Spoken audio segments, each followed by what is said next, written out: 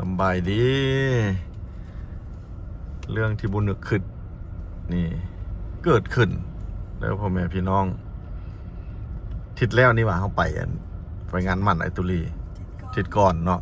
นี่เด้ทิศก่อนนี้เขาไปงานมั่นไอตุลีแล้วก็ไปเจอกับเมหักของแฟนตุลีผู้เพิ่นบ่สบายนะมามือนี้มันสิพากันไปทรงสการเพิ่นละเพิ่นเสียมือก่อนนี่เดี๋ยวนี้เขาอยู่พลโฮงนี่นะเบิ่งมากับไผแน่นี่สวัสดีน้องน้ำฝนแล้วก็ทางหลังสวัสดีมากัน3คนอาพิงนี่แท้ธรรมดาเนี่ยเราพักแต่วันศิลป์แต่มื้อนี้เราไปเฮ็ดแต่ครึ่งมื้อแล้วก็ครอบหัวหน้าว่าสิออกมาส่งสการหัวหน้าก็ใจดีว่าไปได้ว่าซั่นเด้ก็เลยไปรับอาพิงมานำเพิ่นเฮ็ดอยู่บ้านพลโฮงแล้วแฟนตุลีว่าตุลีหันบวชอันนี้พอดีเฮาหาก็มาฮอดเพิ่นก็กำลังสิไปเฮาก็ลองน้ำก้นไปนำเลยซะเพราะฉะนั้นแล้วความแน่นอนคือความบ่แน่นอนจะยิ่ใส่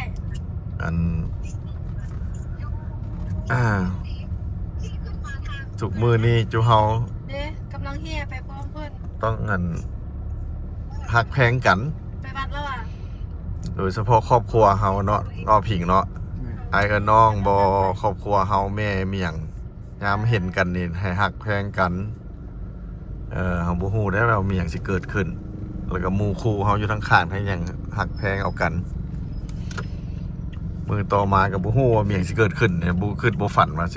สิได้มาส่งสการเพิ่น2 ทิศแล้วนี่ก็ยังเห็นเพิ่นอยู่ตัวแม่นะตัวแม่ก็นิสัยดียิ้มอยู่มื้อนั้นก็ได้น้องกันพิงไปฮอดใส่ละเราออกมาแล้ววะอยู่วัดแล้วอยู่วัดทางปนันตุลีโอ้เด็ก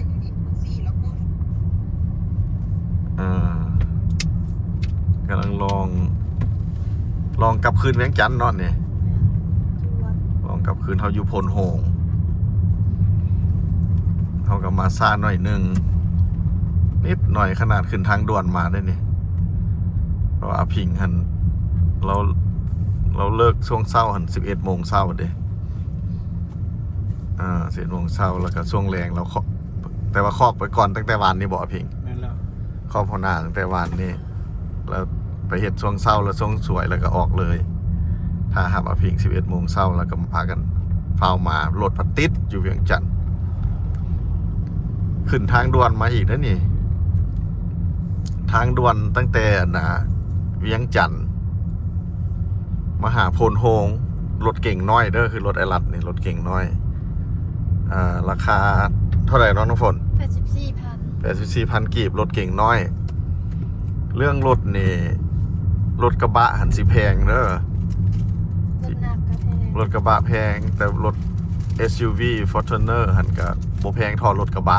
ข้อมูลก็400,000 ปลายพุ่นแล้วของเฮาเป็นรถเก่งนี่มันทึกเก่งน้อยตั้งแต่เวียงจันทน์เฮาขี่ฟ้าวสปีดลิมิตหันความไวรถ6 ล้อเพิ่นให้แล่น80แล้วก็รถอย่างน้องฝนหันแล่น100จีบ่รถแก้เครื่องให้แล่น100แล้วรถเก่งนี่ให้แล่น120เฮาก็จากฟ้าวแน่ก็แล่นประมาณ125มื้อนี้มาใช้เวลาประมาณจักนาทีน้องน้ำฝน27 นาที27 นาทีจากเวียงจันทน์หาพลโฮงเวียงจันทน์นี่ก็แม่นบอนด่านหันรถบอนเฮาว่านับตอนเฮาขึ้นด่านเอาปี้ด่านหันมาหาด่านพลโฮงนี่เท่าไหร่27 นาทีเราแล่นไว้ได้เพราะบ่มีรถมื้อนี้บ่มีรถอยู่หันเฮาแล่นไหวมาได้ว่าสิมาให้ทันเฮือนเพิ่นก็มาบ่ทันซ้ำพอดีมาแล้วเพิ่นกำลังแห่น้องอภิงกันไปก่อนแล้วเนาะ น้องอภิงหั่นล่ะมันแฟนของตุลีอันทุกคนอาจสิสับสนเพราะอันนี้กับอภิงคือกันอยู่ทางหลังเลย อันนี้เป็นหมูเฮาจากเฟสโนใหญ่มันเห็นกันแต่ยังน้อย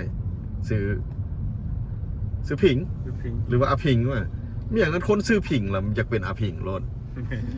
แฟนตุลีกับซื้อผิงซื้อปิ้งบ่อนั้น ซื้อเอิ้นปิ้งเลย เอิ้นปิ้ง พิงพิงคือกัน ปิ้งผัดไปเอิ้นอภิงคือกันอีกบัดนี้เดี๋ยวนี้ มันก็เลยอยากสับสน สะกดคือกัน เด็กสระอีคือกันเนาะ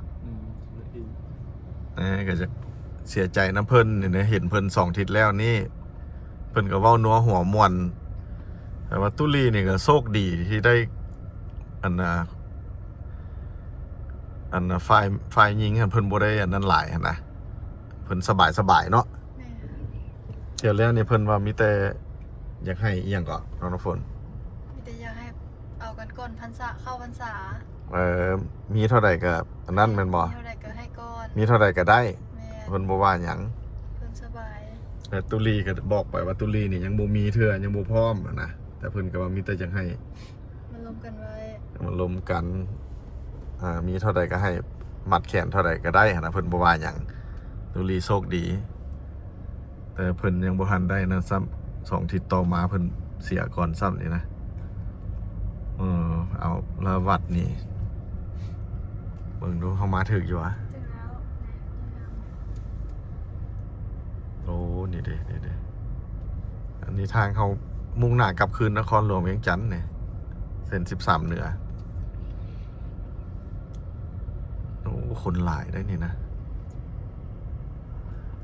นี่ความแน่นอนคือความบ่แน่นอน ถ้ามีกันแล้วเกี่ยวหักกันไว้เนาะ เอาโอ้ช่างว่าวไว้น้องน้ำฝน เออ มีละหักกันไว้ นั่นแหละ คือพอ ว่าสิไปยามใด พ่อแม่เฮาคือกันยามอยู่น้ำเพิ่นเนี่ยหักกันโลด เปิดเที่ยวเฮ็ดดีน้ำเพิ่นเนาะ มีอย่างแซ่บก็ให้เพิ่นหามาให้เพิ่นกินบ่แม่นว่ายามเพิ่นเสียแล้วจังสิมาหา แต่บ่ได้กิน มาหาแต่งพระเข้าจุดธูปจุดเทียนให้เพิ่นหั่น มันบ่เคย บ่เอาแนวนั้นเนาะ แม่ ให้หักเพิ่นเดี๋ยวนี้โลด ที่หักตอนยังยืนกัน แม่นแล้วตอนนี้นี่แหละตอนสำคัญเฮาได้อยู่นํกันเด้ว่าอ้ายกับน้องนี่ก็ให้หักกันบ่ให้ผิดกัน เพราะว่ามันหมดเท่านี้แหละเด้เกิดมาชาตินี้เฮาผลิตอีกบ่ได้เนาะอ้ายกับน้องก็มีกันเท่านี้ก็ พวกให้ตื่นกับว่าตื่นแล้ว บ่สิอ้ายกับน้องก็มีกันเท่านี้อ้ายกับน้องนี่บ่ให้ผิดกันนะหลายคนอ้ายกับน้องอาจสิผิดกันเด้ ถึงว่าพิษก็ให้ขอให้อภัยกัน ให้อภัยกันเพราะมันมีในโลกนี้มันมีกันเท่านี้เด้สิผลิตอีกก็บ่ได้แล้วพ่อแม่ก็เฒ่าแล้วเด้ เดี๋ยวพิงมีอย่างสิเว้าถึงแม่จะบอกอยู่พุ่น เอาก็คือเก่าล่ะคือฮอดคิดถึงแม่แล้วก็ญาติพี่น้องทั้งพุ่นมาทุกคนนั่นแหละ มีไผแน่น้องสาวบ่ น้องสาวน้องชายทั้งอ้าย โอ้พิงมีไอ้น้องหลายคนว่ะ มียังเหลืออ้ายพวกหันยูนิเบรสก็ โอ้โอ้ กินฮอดแล้วเนาะ พี่น้อง คือทอดแม่มันบ่ คิดว่าแม่หลายกว่า อืม ก็แก่แล้ว แล้วแม่บ่มีแผนสิมายามเนี่ยอพิงเนาะ เรื่องนี้คอยกับบ่ฮู้ บ่ได้ลมสายกันวะ บ่ได้ล้มเรื่องว่าสิมายำลาวหั่นน่ะ มีแต่ขึ้นกับน้องสาวคนละลมน้ำแม่ พิงก็ถามน้องสาวแหละลมกับน้องสาวว่าพาแม่มาลิ้นลาวลองถามเบิ่งกับเว้าบ่ได้เด้ นี่โอ้คนหลายเด้อมาทรงสการเพิ่นนี่คนหลายนี่นะรถหลายมีแต่รถงามเอาน้องน้ำฝนจับซอยแหน่ กดแขนแล้ว เป็นมือขาตั้ง เอามาหากินสอดกัน พยายามมาให้ทันเพื่อนเพิ่นบ่ทันเดี๋ยวนี้จักโมงกับโมงหนึง 1 โมง 5 นาทีพอดีคืออะไรโอ้ย เออ ตัดออก เบิ่งวัดนี่เจ้าอยู่คิดว่าอยู่เบื้องใดนี่คือเห็นเจ้าเลี้ยวไปซ้ายนี่นะ เปิดซ้ายแล้ว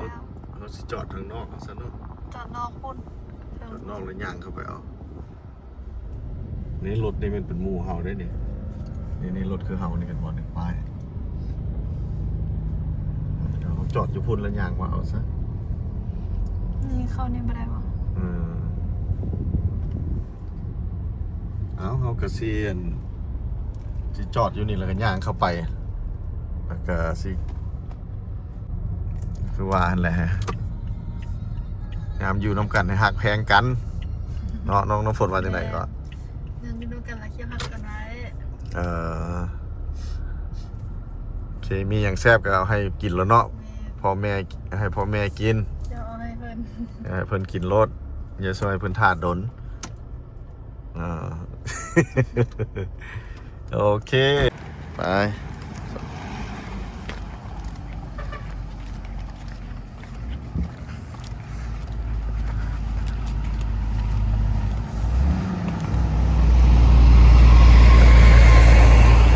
พิงนี่ก็แทนที่บ่ได้มาได้มีบุญวาสนาได้มานำกันเสยอีกพิงนี่เฮ็ด แล้ว เฮ็ดล่าเหตุการณ์ครอบหัวหน้าก็ใจดีให้มาอีกเนาะ เจ็บบุญน้ำท่วมเป็นมาเด้ โอ้เออ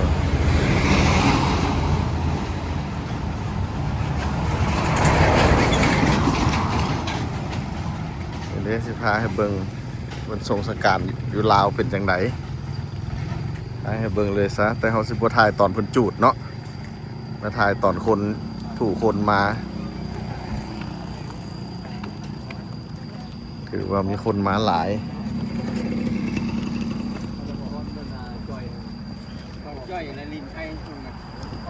อยู่บ้านพลโฮงเนี่ยเขาอยู่นี่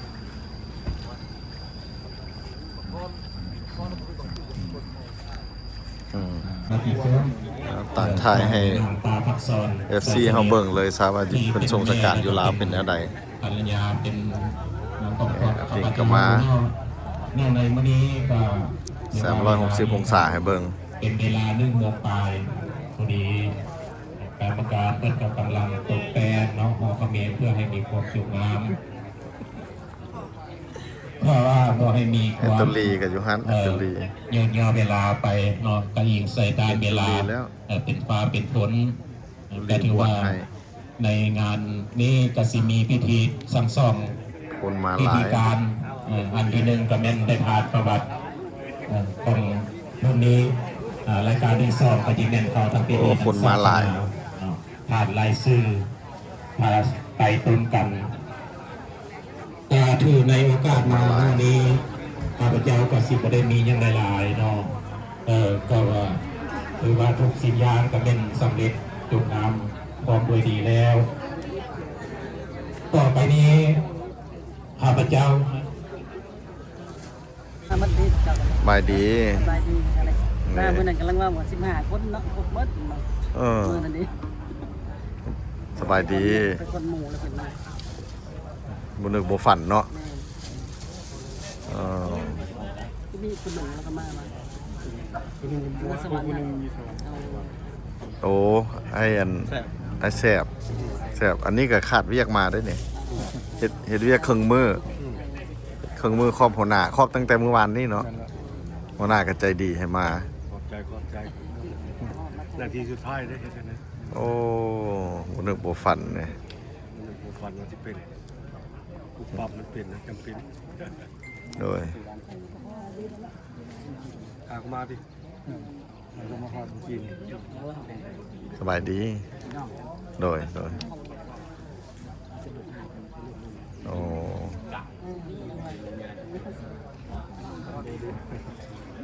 นั่งยังมีตั้งนั่งเลย ยืนเอาก็ได้คนหลายเด้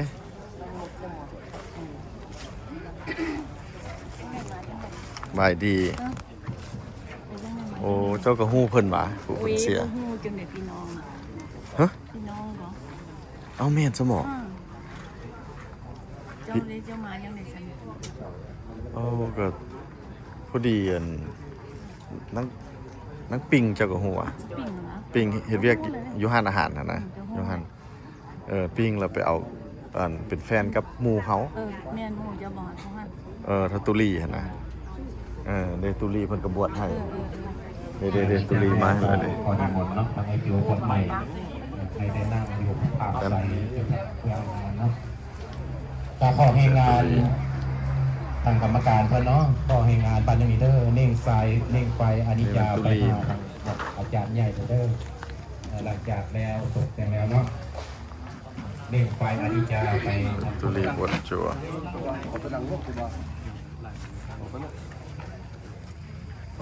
ใบเดียวจัวตุลีใบดีนี่จัว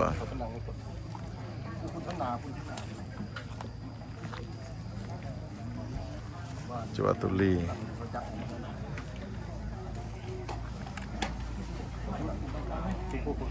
โอ้เหือสัตว์ฮอนแห้งด้วยนี่นะ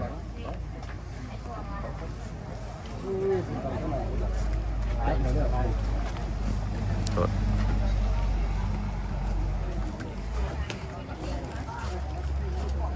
เอาเป็นพี่น้องแน่ใด เอ้าอันนี้เป็นกับเมนปูเนาะดินนี่ค่อยปลูกเงินกับเพิ่นเอาให้ เอ้าเป็นพี่น้องกันว่ะบอกว่าอะไรไปเลยมาจะเป็นพี่น้อง เอ้ากระแทกเลย เป็นน้องไอ้รัดนะว่ะ เออ แม่นว่ะ แม่นปิ่งเทมาอยู่นำเราเป็นน้อย เออโอ้ แม่จะมางานแล้วอ่ะ โอ้ยังบ่ได้มาเถอะนะแม่ อ๋อคือว่าเห็นลงเฟซลง โบหนา แม่น่ะ ยังบ่ได้มา น้องลงทุกไพ่เพราะสนิท เออโอ้ ไม่ว่าอยู่มื้อนั้นตลาดหมาละเมื่อนเอ้ยนั้นตายยกเข้าไปแล้วก็มาว่าเอ้ยสุวรรณนี้เอ้ยเราขี่ บ่ฮู้ได้อันนี้โอ้บ่ฮู้ เอ้ยเราขี่ลีตาย แม่นซะหมอ เอ้ยสุวรรณนี้ที่คุยนะสุ โอ้ไอ้รัดบ่ฮู้บ่เห็นไผเอาลง Facebook อีหยังโอ้ ตลาดมันต้องมาแล้วพอดีก่อนท่านทีหนึ่งแล้วที่เจ้ามา อืมเนี่ยพอดีหมู่มาตะพุ่นมาเป็นแฟนกับนางปิ่งหั่นเจ้าก็ได้ยินข่าวติแล้ว2 ทิศแล้วเนี่ยพากันไปลมกันเรื่องสู่ขอกันอยู่ ก็เห็นเพิ่นอยู่ แนวเราหลงอยู่เนาะเรารวมหนึ่งเราเราเป็นมาลุ่มนะลุ่ม อืม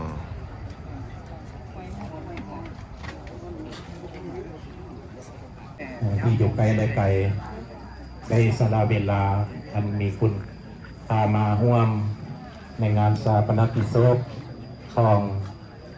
แม่ปาทักษรสายสนิทเนาะผู้เป็นแม่ของพวกลูกๆที่ได้เสียชีวิตไปแล้วก็ถือว่าในโอกาสนี้อันเลิกงามยามดีนี้ก็สิบ่ได้มีทั้งที่ดีอย่างไรเนาะก็สิมีทั้งสองการรายการรายการที่1ก็แม่นพื้นฐานศิลปวัตรรายการที่2ก็เว้าทางเกี่ยวกับศาสนาก่อนสิได้พื้นผ่านรายการ